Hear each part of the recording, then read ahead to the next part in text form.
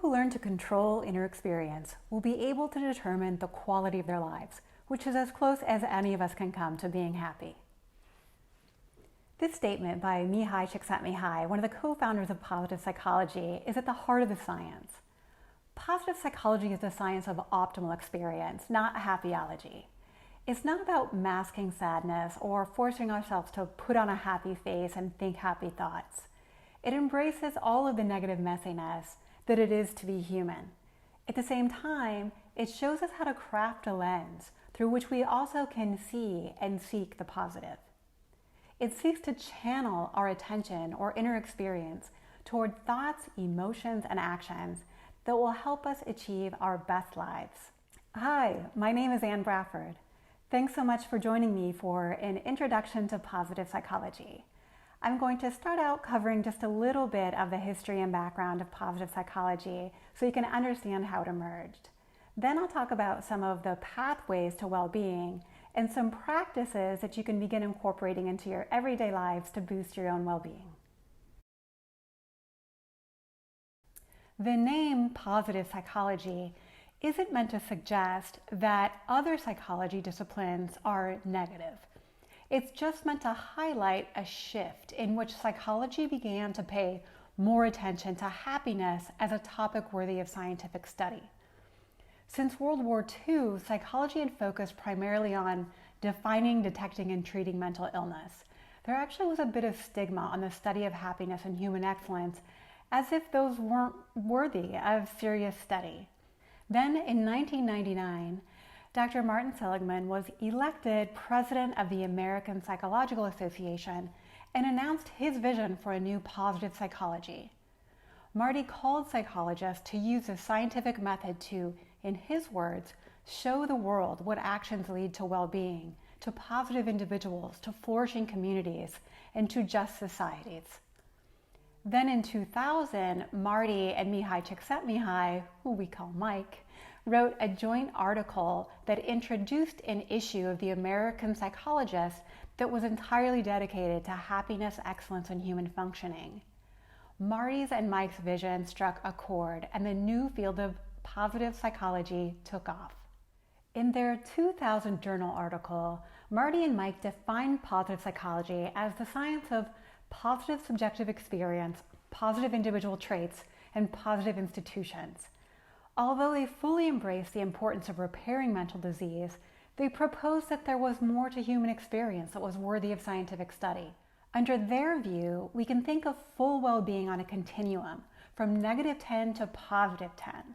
-10 represents the poorest possible mental health, and +10 would be optimal health and happiness. Traditional psychology can be viewed as focusing on getting people up to that zero. It tries to cure illness, and this is really important and valuable.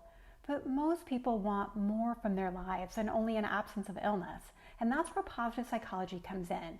It starts from the zero and tries to help people gradually move to the right toward optimal functioning and toward their full potential in sustainable ways. It focuses on full wellness and optimal functioning. An ongoing debate since even before the launch of positive psychology is whether there's anything we can really do to change our current level of happiness. This might sound a little surprising to you because many of us just take for granted that we can grow, change, and become happier. But it's a really good preliminary question because of the scientific research showing that we all have a happiness set point that's influenced by our genetics. For example, let's say you're born with genetics that give you a happiness set point of a 4. It's not awful, it could be worse, but there's also a lot of room for improvement. So if we're sitting at a set point of 4 and something really good or bad happens, our happiness might hop up to a 7 or sink down to a -2. But these changes tend to be temporary. What the research indicates is that generally we'll creep back toward that set point of 4. The other challenge is the problem of rising expectations. We all have a tendency to be perpetually unsatisfied.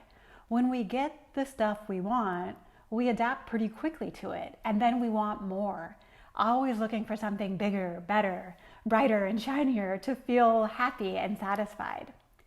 The upshot is that it looks like people are hamsters on a wheel or a happiness treadmill. They can keep trying to improve, but continue to adapt to good and bad things, keeping them at their set point. If this was the end of the research on the point, we'd have to be pretty pessimistic about our ability to become happier in sustainable ways. Luckily, what science now has shown is that despite this tendency toward a set point, there are many things that we can do to increase our happiness. But to sustain these increases, we have to keep working on it. Just like our iPhones need a daily charge of electrical juice, we need to continually charge up our lives with thoughts, actions, and emotions that boost our well-being. Becoming happier is possible, but it takes a plan, goals, and persistence. Like anything worth doing, becoming our best selves takes work. Everyone agrees that positive psychology's basic aim is to apply the scientific method to questions about human flourishing. But I was sort of surprised to learn that there's no real consensus about how to define what that end goal is, whether we call it flourishing, well-being, optimal functioning, self-realization, or something else. We don't have a consensus on what to call it, how to define it, or what its elements are. Scientists have now proposed many theories of well-being, or whatever we call it. Some might say there's too many. A recent team of researchers set out to identify all the different well-being theories that are currently in circulation, and they found 99 different measures that together proposed 196 different dimensions of well-being. This is it's too much for any regular person to make sense of and to find it useful as guidance in their lives. Luckily, although there are these piles of different measures, there are also common themes that are emerging, as well as consensus around some of the measures. So we're going to focus on those. The dominant measure of well-being in the academic research is called subjective well-being, which was created by a guy named Dr. Ed Diener. Subjective well-being is kind of an overly sciencey, sterile name, but Dr. Diener probably figured that his fellow scientists might scoff at a name like the awesome scale of optimal happiness, so we're stuck with the boring name. And we are considered to be high in subjective well-being under this measure if we have high life satisfaction, high positive affect, and low negative affect. And let me just briefly explain that word affect. It is a word that encompasses generally everything that goes into how we're feeling. So it might be discrete emotions or longer lasting moods. And these things together can give you an overall score of subjective well-being. You might be asking, well, why should I care about subjective well-being? I guess first of all, most of us view happiness or well-being as an end in itself. From an existential perspective, even if we don't understand why we were placed in this big blue ball floating in the vastness of space, we still want to make this one life we have as good as we can. Secondly, we might also care about subjective well-being because of the benefits it can have on our lives in other ways. Studies have shown, for example, that subjective well-being is linked to things like reduced inflammation, cardiovascular health, lower risk of heart disease, good health behavior, so like taking care of ourselves, speed of recovery, survival, and longevity, so actually having longer lives. In the workplace, subjective well-being has been linked to things like higher income, better performance, promotability, and being viewed as having greater leadership potential, among a lot of other things. So there are many reasons that you might care about subjective well-being. The subjective well-being measure is this general high-level indicator of well-being. The measure can tell us whether someone is experiencing a happy, good life, but it doesn't tell us much about what factors and skills can help people become happier. It doesn't tell us what we actually can do to bolster life satisfaction and positive emotions and to curb negative emotions. As I mentioned earlier, although scientists have identified 196 dimensions of well-being, some common themes have emerged about what contributes to well-being, and we're going to focus on some of those next. Now let's get to talking about some of the pathways to well-being. We'll talk about some of the main factors that contribute to well-being and what kinds of things we can do to cultivate them in our everyday lives. My approach to well-being and to positive psychology more generally was influenced by my teachers, not surprisingly. I earned a Master's of Applied Positive Psychology from the University of Pennsylvania, which was a program that was started by Marty Seligman, and I got to be Marty's teaching assistant for 5 years. I'm now earning a PhD in positive organizational psychology at Claremont Graduate University, where Mihaly Csikszentmihalyi is a professor, and I got to be his TA for 2 years. So I'm the lucky dog who got to be the TA for both co-founders of positive psychology. And they both have been important teachers and mentors, and I owe my foundation in positive psychology to them.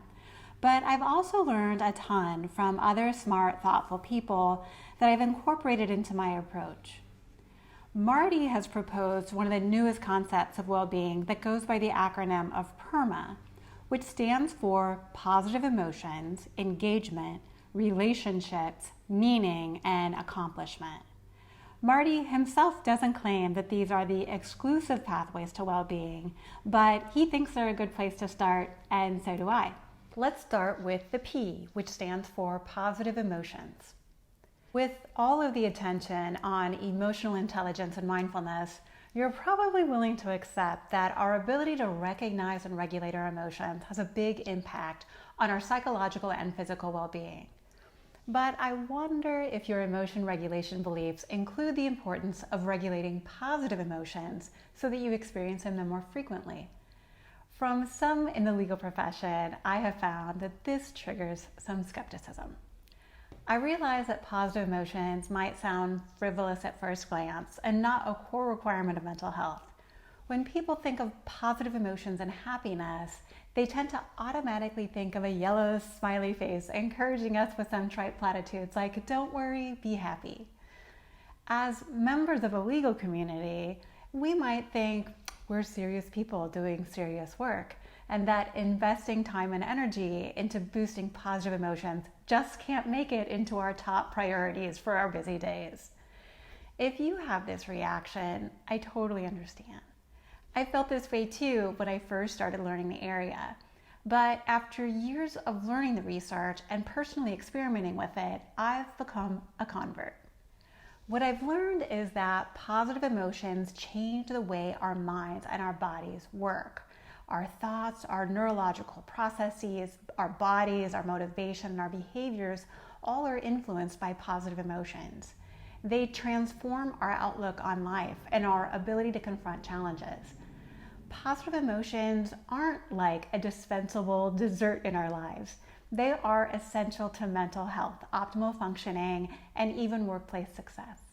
If you count yourself as among those skeptics about the importance of positive emotions, your view was shared by many scholars for decades.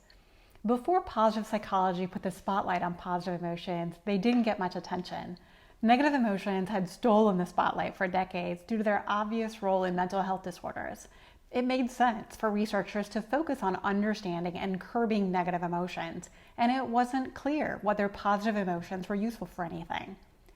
But then research by Dr. Barbara Fredrickson and others have shown that positive emotions also play a vital role in well-being.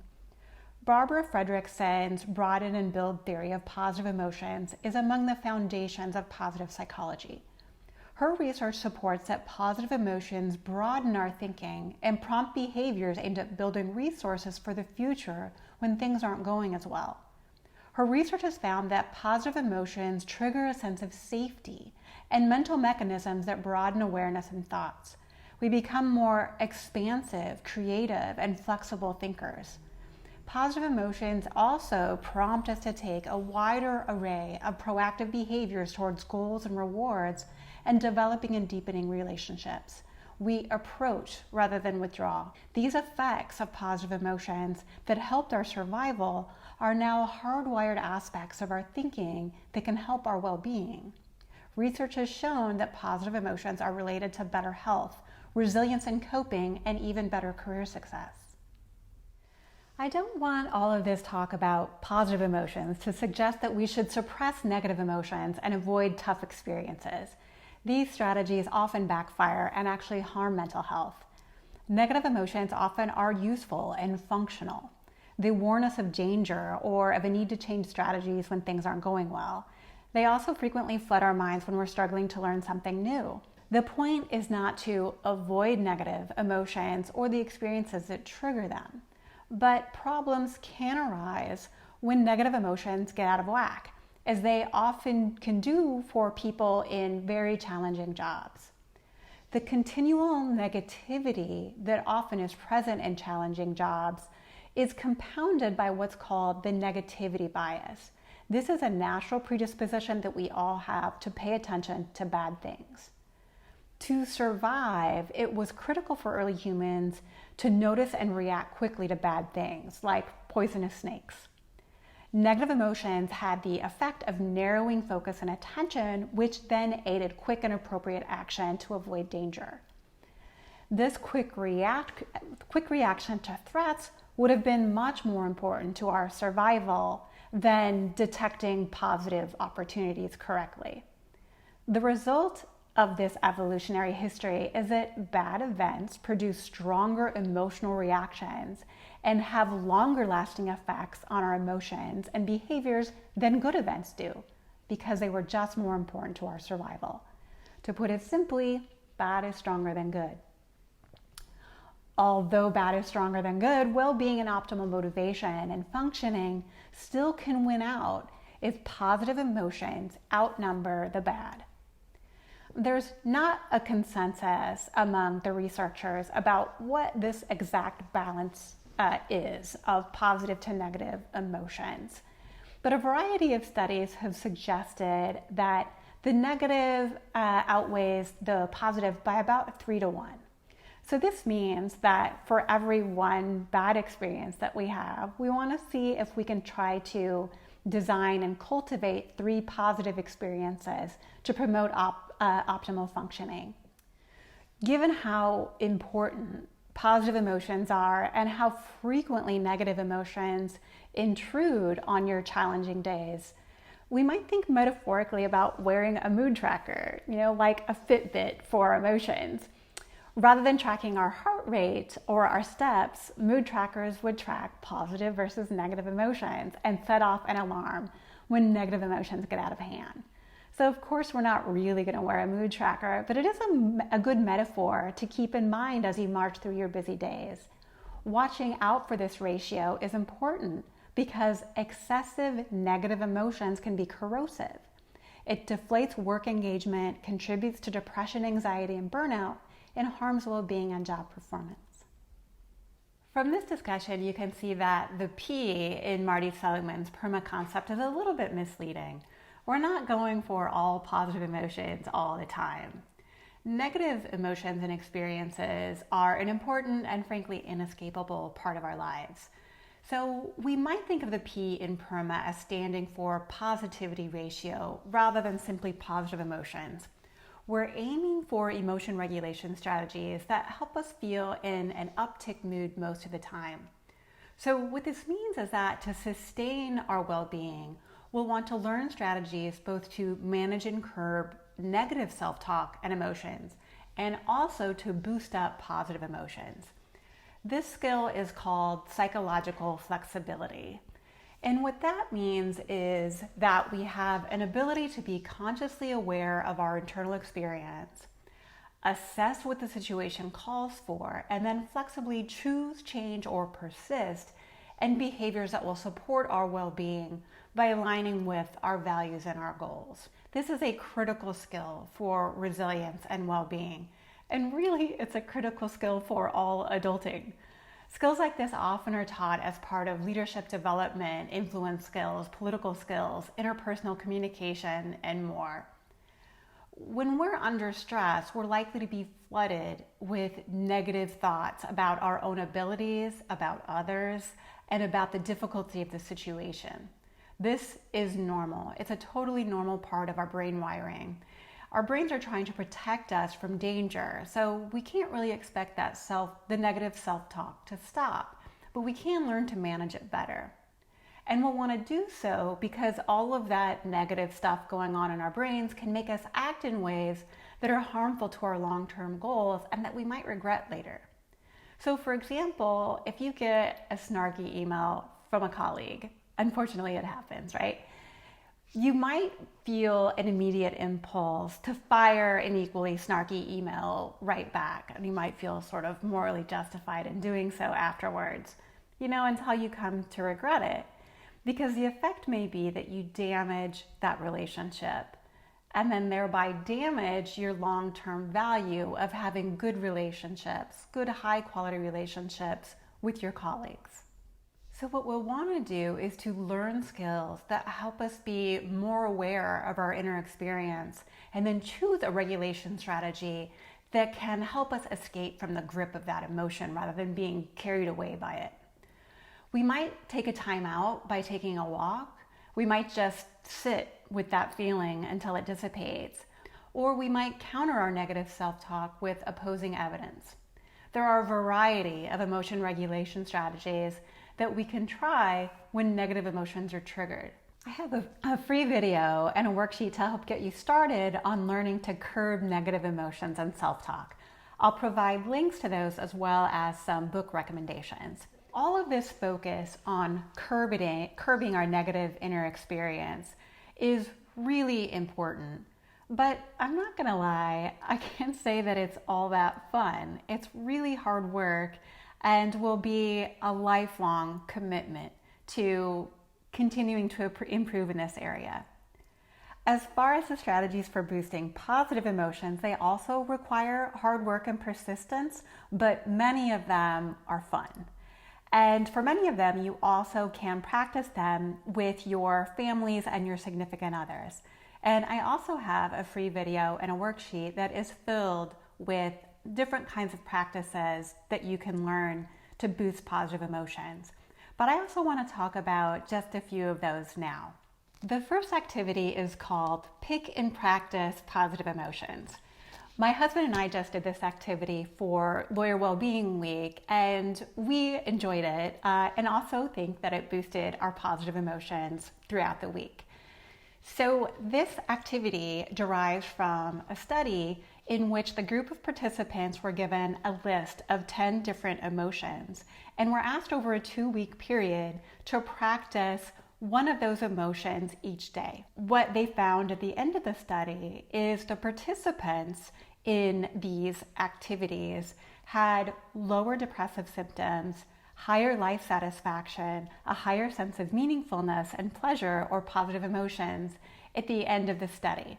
So this is really a very simple, straightforward way to have some of these positive effects. What my husband and I did to participate in this activity, we took the list of 10 emotions and we cut them up into 10 little cards. And then we put them into a hat and we drew randomly a different positive emotion each day.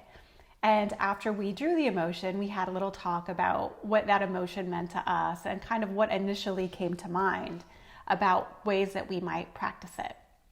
Then at the end of the day, we talked again and kind of reflected on what we had done throughout the day to try to boost or practice that positive emotion. This activity is a pretty simple way to boost positive emotions and the other positive consequences.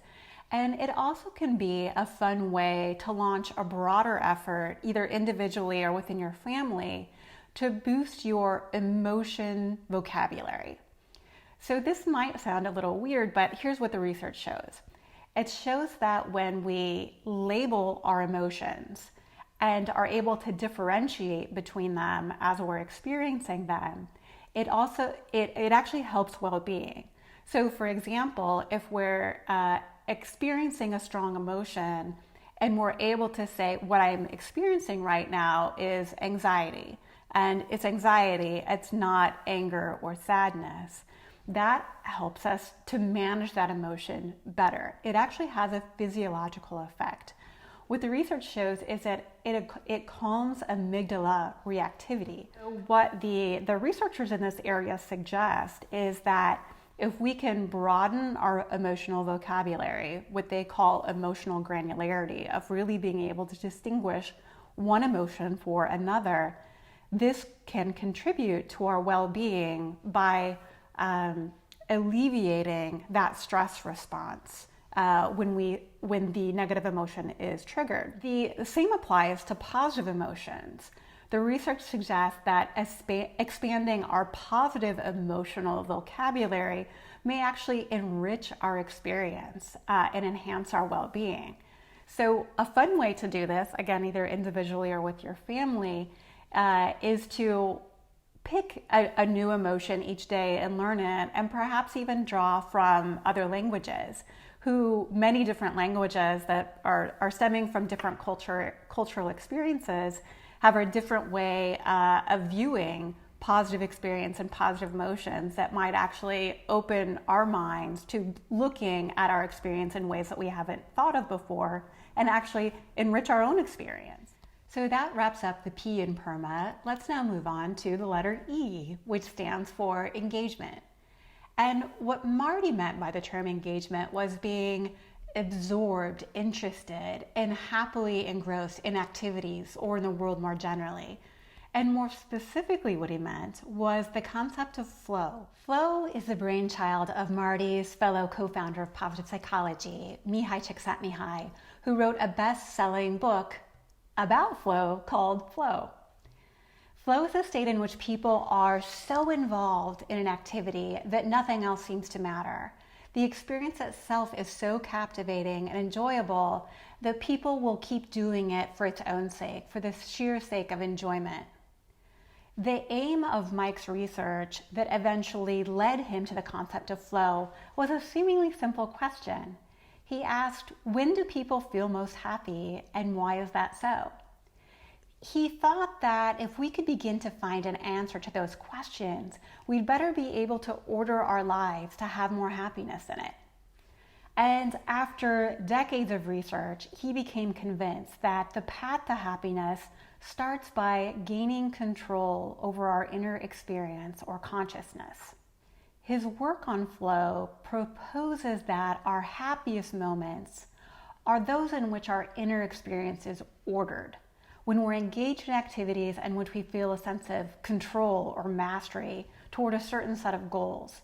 In his view, whether we're happy depends a lot on our inner harmony flowing from ordered consciousness. And ordered consciousness, as he defines it, happens when we focus our attention on our own consciously chosen realistic goals and when our skills match the opportunities that we're presented with. Flow then can occur when our inner experience or consciousness is ordered or harmonious rather than in chaos or randomly jumping around as we multitask or operating almost like a zombie on autopilot every day. When we think of peak experiences of flow, a common condition is that our skills are being stretched right up to the point of capacity, but not beyond. We can think of there being a flow channel that exists right between boredom and anxiety. So in activities where we feel bored, we're going to start thinking about other things. We're going to lose focus, and that will deprive us of a sense of flow. On the other hand, when we're feeling anxious because we're being stretched beyond our capabilities, then we're going to have all kinds of negative thoughts and emotions triggered that will throw us out of the experience of flow. When we're having a peak experience and in the midst of flow, we feel confident that we're up to the task. We're entirely focused on what we're doing from moment to moment. We often lose track of time and lose self-awareness as we merge with our activity.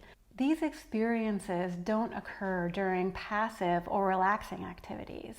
Those kinds of activities can contribute to well-being, but they are not likely to help us achieve our best lives if those are the only kinds of activities we focus on. Our best moments typically are when we're being stretched to the limits of our skills to accomplish something difficult that we find worthwhile. Activities that produce flow are enjoyable, but that doesn't necessarily mean that they're brimming with positive emotions while you're in the middle of it. In the midst of an optimal experience, you might be a little uncomfortable as your brain or your body are being pushed to their limits. But then on reflection, we still would say that those were the best moments of our lives. And you can see by these descriptions that this kind of experience is something that we make happen. It's not something that just happens to us. Happiness is something that we prepare for and cultivate rather than waiting for it to happen to us. And we can benefit from these kinds of experiences even when they're not about monumental achievements. For all of us, there are thousands of activities that happen every day that present challenges to expand ourselves and create micro moments of flow. But problems can arise when we become so fixated on what we want to achieve that we stop enjoying the present. Flow isn't necessarily about achieving a certain goal. It's much more about becoming absorbed in the process for its own sake. We unhook ourselves from our past genetic and social conditioning about what we should be striving for or how we should be behaving, and we just enjoy the process. So from a high level perspective, it's important to have intentionally selected life goals that we really pay attention to and feel like we're making progress toward, and really intentionally taking actions to make progress toward those so that we don't feel like we're just drifting. On more of a daily level, in thinking about cultivating peak experiences or even these micro moments of flow, Mike's research indicates that we're more likely to experience flow under certain conditions, and he proposed 5. The first one is among the most important, and it's to set goals, and then as many sub-goals as realistically as feasible given the activity. The second condition is find ways to measure progress. And progress sometimes can be measured pretty objectively. Sometimes it can be measured by a subjective sense. Do I feel like I'm making progress? So for example, writing briefs was one of the most flow-producing activities when I was practicing law, and now the same is true when I'm writing articles and papers. And so that sense, it's not necessarily that there's an objective measure of progress, but I knew from my own inner experience, like, did it feel like I was making progress and that I was having breakthroughs and I was learning new things? The third condition is really important as well. It's to keep your attention focused.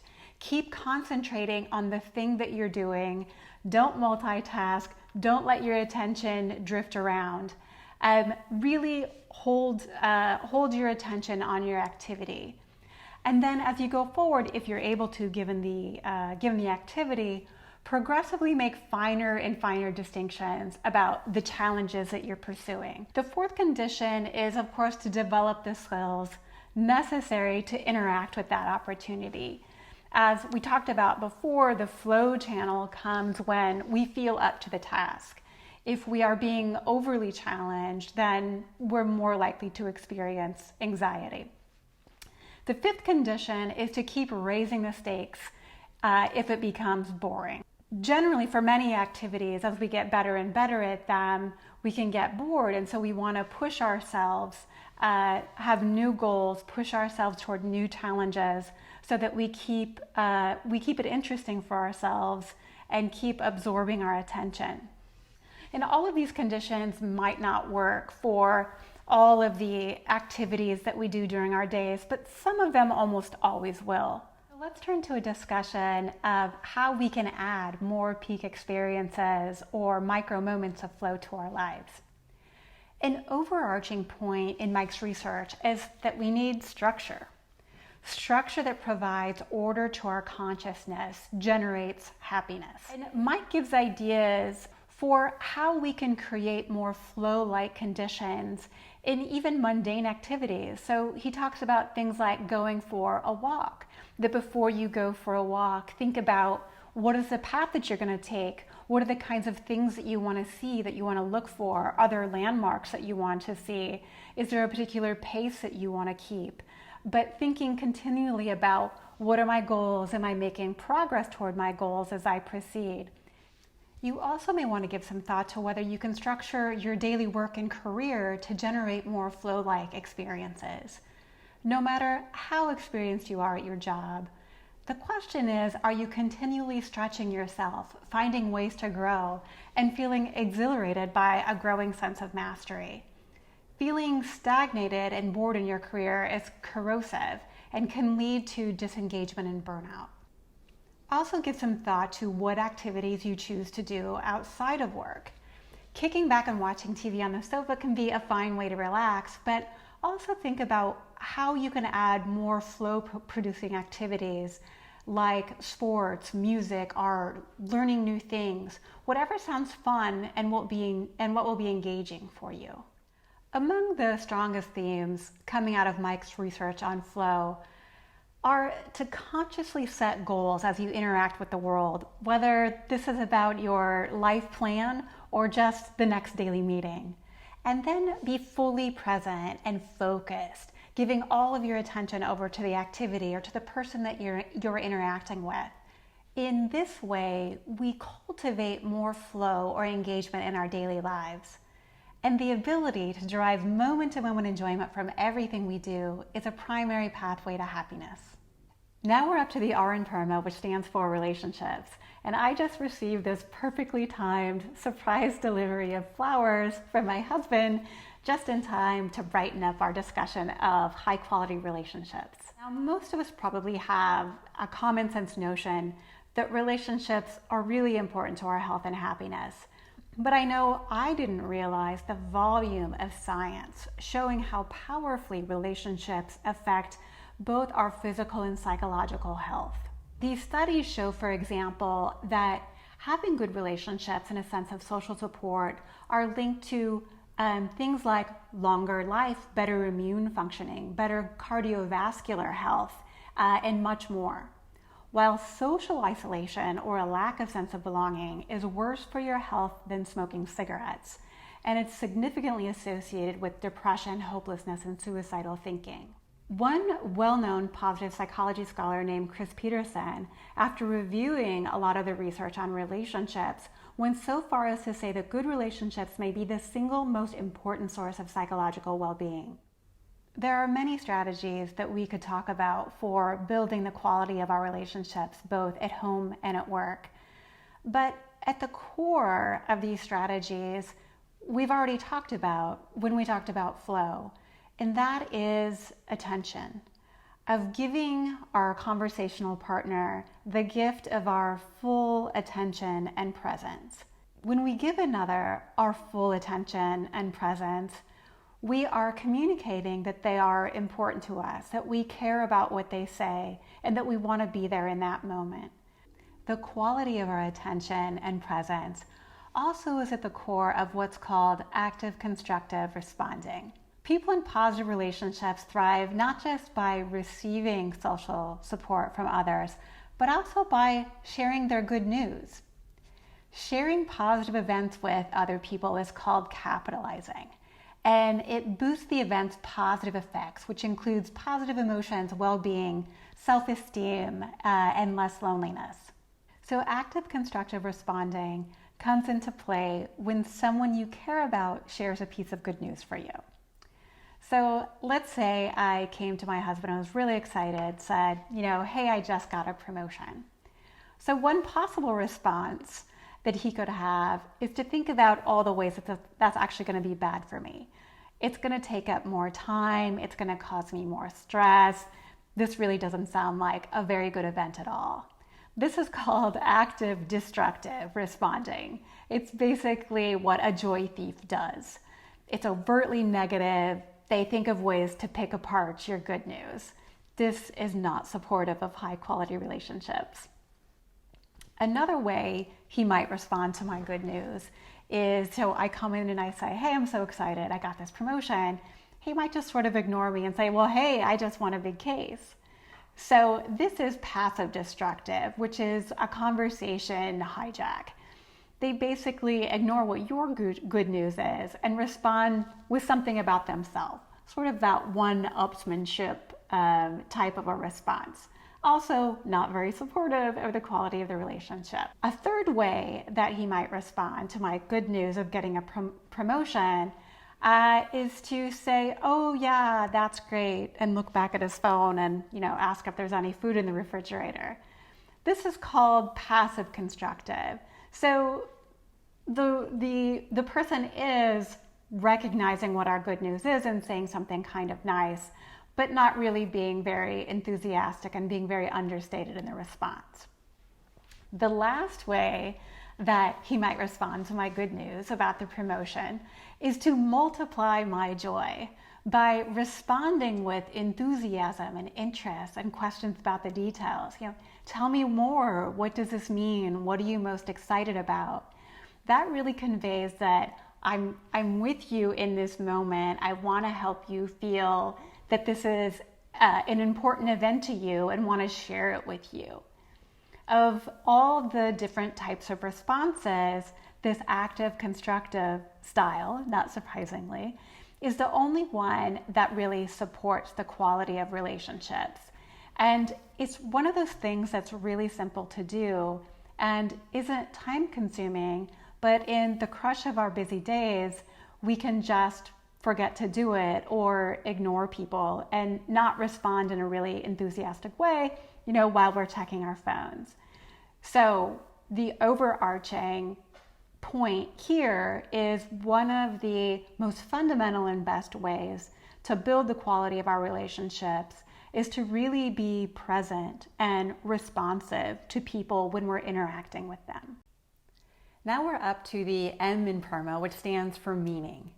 And if there was such a thing as a signature strength for the PERMA construct, this would be mine. Meaning is one of my favorite topics, and I'm excited to get to talk to you about it today. So let's get started.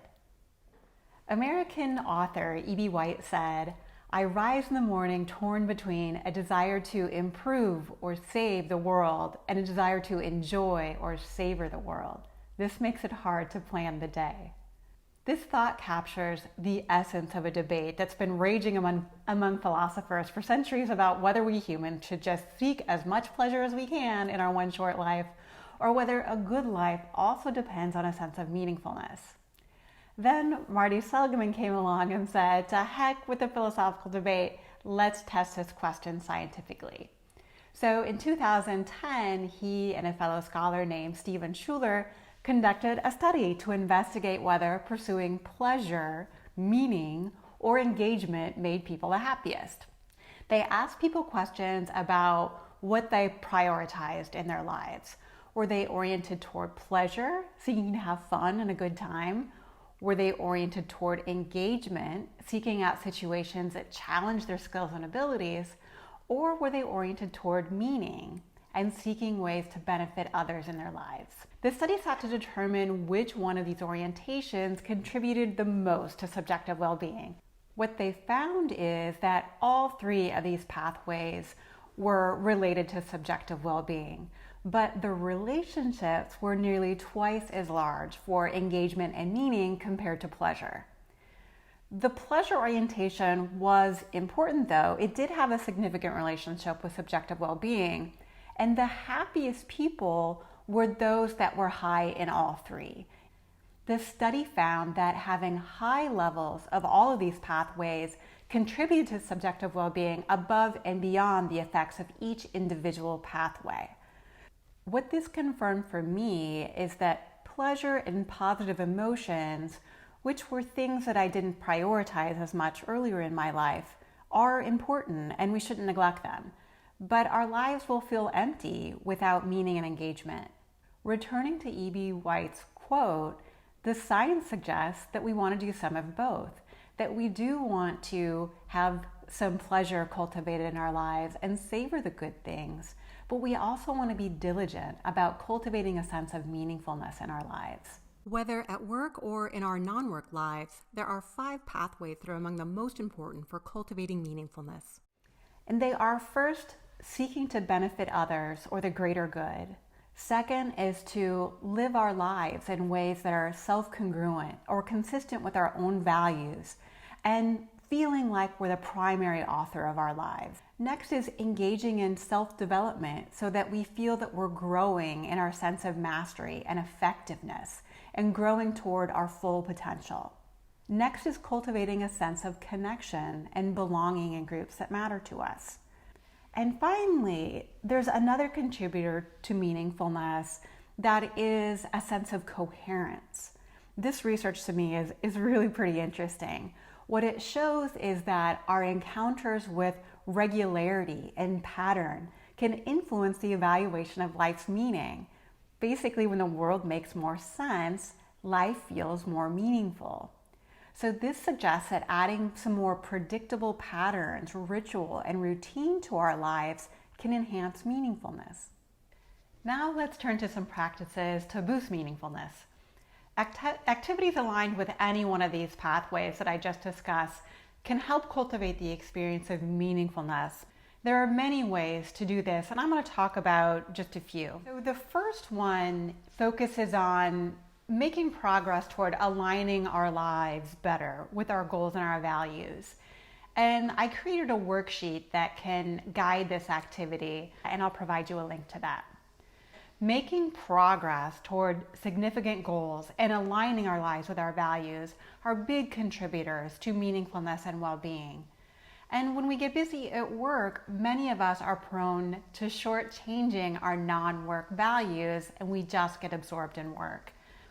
When this happens, our attention and our lives can become increasingly narrow, and our well-being and sense of meaningfulness placed at risk. In the worksheet, you'll find 10 categories that represent priorities that many people have in their lives, in a full life. And you might see some that don't fit your life as well, or you might see some missing. There's nothing magical about this particular list. You can add a few or subtract a few if it makes sense for you. What the worksheet does is it guides you through this activity where you simply rate how much you value each area and then how satisfied you are in each area right now. You can then evaluate the areas in which your satisfaction are most misaligned with your values and then start to create an action plan on regaining alignment. Then, when you get up each day, what you can do is ask whether what you're doing today is getting you closer to where you want to be and who you want to be tomorrow. Making progress toward our valued lives will make our lives feel more meaningful. Another big way to boost meaningfulness is to ramp up your positive impact on others. An easy way to do so is to intentionally plan little acts of kindness for others. Finding ways to continually help others in big or small ways will help keep energizing our sense of meaningfulness. I'll provide a link to a worksheet about acts of kindness that explains some of the research and gives a bunch of ideas for little acts of kindness you can do at home and at work. At work, one of the most powerful ways to boost meaningfulness is to connect more with clients. And by clients, I mean whoever benefits from your work. Hearing directly from them how you've helped them personally or professionally is a great way to boost meaningfulness as well as engagement and even productivity. So especially if you're a team leader, you might try to arrange meetings periodically in which you invite people whom your team supports and ask them to talk about the positive impact of your team's work. If you're interested in learning more about meaningful work, I have a free video and a few articles on the topic that I'll provide links to. You also can check out my book called Positive Professionals, which you can find on Amazon.com and also the ABA website. The book is filled with ideas for supervisors and leaders to build cultures that ignite engagement, and one of the main pillars of the book is cultivating the experience of meaningful work. At home and at work, it will be important to prioritize activities that help cultivate this sense of meaningfulness, which is so important to our health and happiness. We're now up to the last element of PERMA, which is the A that stands for accomplishment. The gist of accomplishment is growing in our sense of mastery and effectiveness, which I covered in my discussion of engagement. So I'm going to tweak Marty's A to stand for autonomy rather than accomplishment. Piles of research from other brilliant positive psychology thinkers who created what's called self-determination theory have shown that autonomy is a basic human need that's necessary for optimal functioning and happiness. We feel autonomous when our behaviors are aligned with who we are, aligned with our goals, values, strengths, talents, and preferences. You can see this that it includes a sense of authenticity. It also includes a sense of volition, that we're making choices to guide our lives rather than feeling coerced by external pressures or coerced by internal pressures like guilt or protection of self-worth. One important practice to feel that we're acting with autonomy is being able to control our inner experience. If we're prone to getting swept away by our negative thoughts and emotions, or avoid activities due to fear and anxiety, our actions are not likely to be aligned with our values. We'll feel controlled by external events and our automatic responses to them. One practice that can help is mindfulness. Mindfulness has basically gained rock star status in the legal profession lately, so you've probably heard of it. The basic definition of mindfulness is becoming aware of our thoughts and our emotions without getting wrapped up in them. For our purposes, one of the important effects of mindfulness is that it helps us to control our attention so that we can be more intentional in how we react to the world. Mindfulness allows us to be aware of our thoughts without reacting to them. So it creates a mental gap between our thoughts and emotions and then our behavior.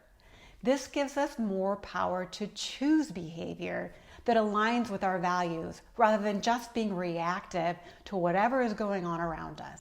The alternative is mindlessness. It's like being a human bumper car where you spend all the hours of your days just reacting to what other people want, to how other people act, or just complying with our mental habits that have been built up. This is a recipe for meaninglessness, psychological distress, and burnout. Starting a mindfulness practice can help with this. Another thing that can help is to prioritize our values. To create true meaning and optimal functioning, we need to get to know who we really are, including our values and priorities, and then act in accordance with that knowledge.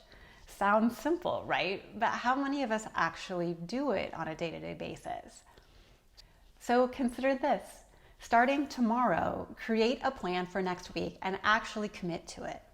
Make a plan to engage in more activities at work and at home that align with your values and interests, rather than living mindlessly on autopilot like a human bumper car. So you've probably noticed that autonomy overlaps with some of our discussion of meaningfulness, because one of the main pathways to meaningfulness is to act in self-congruent ways. And this is basically what autonomy is. So you can also look back to the activities that we talked about under meaningfulness that were oriented around aligning our lives with our values, and those also apply here under boosting our sense of autonomy. In addition to the activities that I discussed under meaningfulness, you also can engage in strengths activities to bolster your sense of autonomy. And a strengths activity also is included in the worksheet that I'll provide a link to. The activity sheet guides an exercise in which you take an assessment to identify your strengths and then find new ways to use those strengths every day. Strengths activities can boost both our sense of autonomy and meaningfulness because it helps us feel that we're living in ways that are aligned with who we are, that we're contributing to others based on our strengths. And that does it for all the elements of PERMA. Of course, we have just scraped the surface of positive psychology and haven't even mentioned positive organizational psychology. But I hope it gets you interested and intrigued, because positive psychology really can be part of your lifelong progress toward becoming your best self and really fulfilling your full potential and having a happy, meaningful life.